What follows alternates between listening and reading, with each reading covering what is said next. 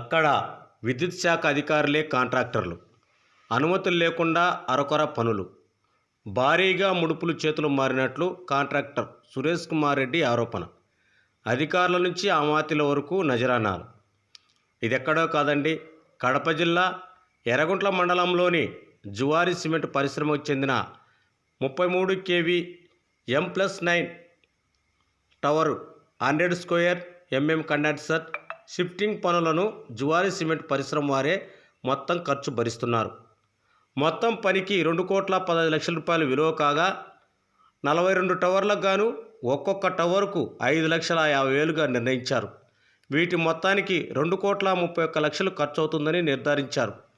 ఒక్కో టవరు 12 అడుగుల లోతు తవ్వి అక్కడ నుండి కాంక్రీట్ వేసి పిల్లర్లు వేసి తర్వాత టవర్ నిర్మించాలి. కానీ ఇందుకు విరుద్ధంగా విద్యుత్ శాఖలోని డిఈ శ్రీనివాసరెడ్డి మరియు ఏడి నరసింహారెడ్డి అండదండలు ఉన్నాయని నిబంధనలను తుంగలో తొక్కి నాసిరకంగా పనులు చేస్తున్నారు.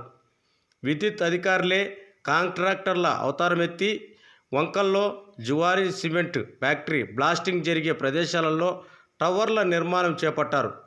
అధికారులే కాంట్రాక్టర్ను ఏర్పాటు చేసుకొని అతనికి కేవలం లేబర్ ఖర్చులు మాత్రమే ఇచ్చి ఇష్టారాయితీన ఆడించే పాట పాడించే ఆటగా వ్యవహరిస్తున్నారని ఆరోపిస్తున్నారు కాంట్రాక్టర్ సురేష్ కుమార్ రెడ్డి. భూమి లోపల రాయి ఉన్న ప్రాంతాలలో బ్లాస్టింగ్ చేసి కాంక్రీట్ వేసిన తర్వాత టవర్ బిగించాలి. కానీ ఇక్కడ ఎటువంటి బ్లాస్టింగ్ చేయకుండా తూతూ మంత్రంగా జేసీబీ సాయంతో కేవలం 5 నుంచి 6 అడుగులు మాత్రమే త్రవ్వి టవర్ల నిర్మాణం చేస్తున్నారు. ఈ విధంగా ఇప్పటికి 9 టవర్లను నాసిరకంగా నిర్మిస్తున్నట్లు ఆరోపణలు వస్తున్నారు.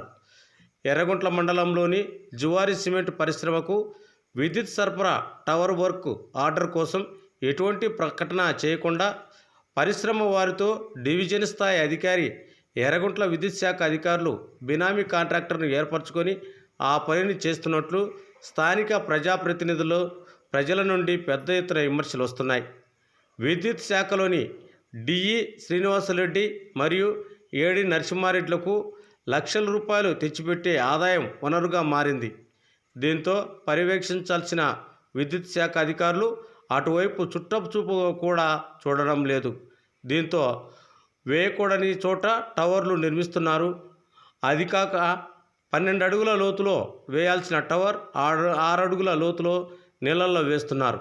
నాసిరకంగా నిర్మిస్తున్న ఈ టవర్లు కొన్ని నిర్మాణ దశ దాటకుండానే ఒక మోస్తరు వర్షానికి ఒరుగుతున్నాయి. ఇది ఇలాగే కొనసాగితే ఏడాది గడిస్తే ఎన్ని ప్రమాదాలు సంభవిస్తాయో, ఎంత ప్రాణ నష్టం జరుగుతుందో తలుచుకుంటే ఒళ్ళు జలధరిస్తుందని తప్ప అని contractor Suresh Kumar Reddy, AD Narasimha Reddy, D Srinivasa Reddy పిలిచి కాంట్రాక్ట్ వర్క్ అనగా డిఈ శ్రీనివాసరెడ్డికి 35 లక్షలు మరియు ఏడి నరసింహారెడ్డికి 20 లక్షల ప్రకారం ఒప్పందం చేసుకొని మరలా మొత్తం ఆదాయాన్ని తామే జేబులు వేసుకోవాలనే దురాశతో లక్షల జీతం తీసుకుంటూ ప్రభుత్వ అధికారులై ఉండి ఎలాంటి అనుభవం లేని బినామీ కాంట్రాక్టర్ను ఏర్పరచుకొని శరవేగంగా తమకు ఇష్టం వచ్చినట్లు పనులు చేస్తున్నారని ఆయన ఆరోపించారు. ప్రజల సొమ్ముతో వేలాది రూపాయల జీతాలు తీసుకుంటూ వక్ర మార్గంలో లక్షలు సంపాదించాలనే దురాశతో బినామీ కాంట్రాక్టర్ ఏర్పాటు చేసుకొని అక్రమాలకు పాల్పడుతున్న అధికారులపై ఉన్నతాధికారులు చర్యలు తీసుకోవాలని ప్రజానీకం కోరుతోంది. రెవెన్యూ అధికారుల నుండి ఎలాంటి అనుమతులు తీసుకోకుండా ప్రభుత్వ భూములలో వంకల్లో టవర్లు నిర్మిస్తున్నారు. టవర్లు వేయడానికి వారికి ఇచ్చిన గడువు దగ్గర పడుతుండడంతో నాసిరకంగా పనులు చేస్తున్నారని కాంట్రాక్టర్ సురేష్ రెడ్డి ఆరోపిస్తున్నారు. ఈ విషయమై సంబంధిత అధికారులను గత 5 రోజులుగా వివరణ కోసం మీడియా సంప్రదించినా ఒక్కరు కూడా స్పందించడం లేదు. వాడు ఏడ్చేది ఖాయమే, నన్ను తిరుగునికి ఏది ఖాయం.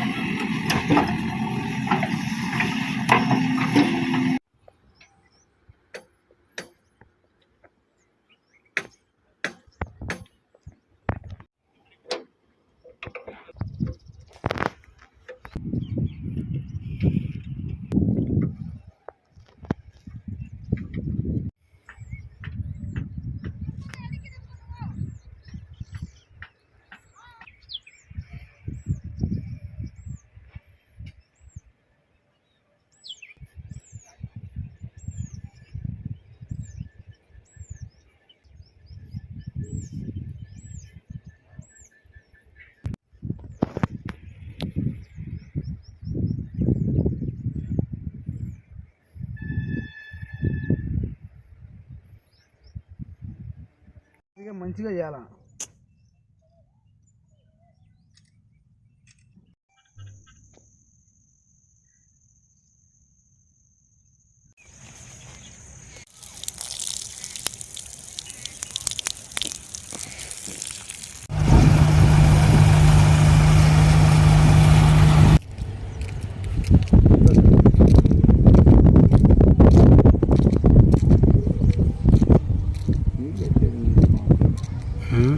గుంతలంతా నీళ్ళు ఎత్తేసేది.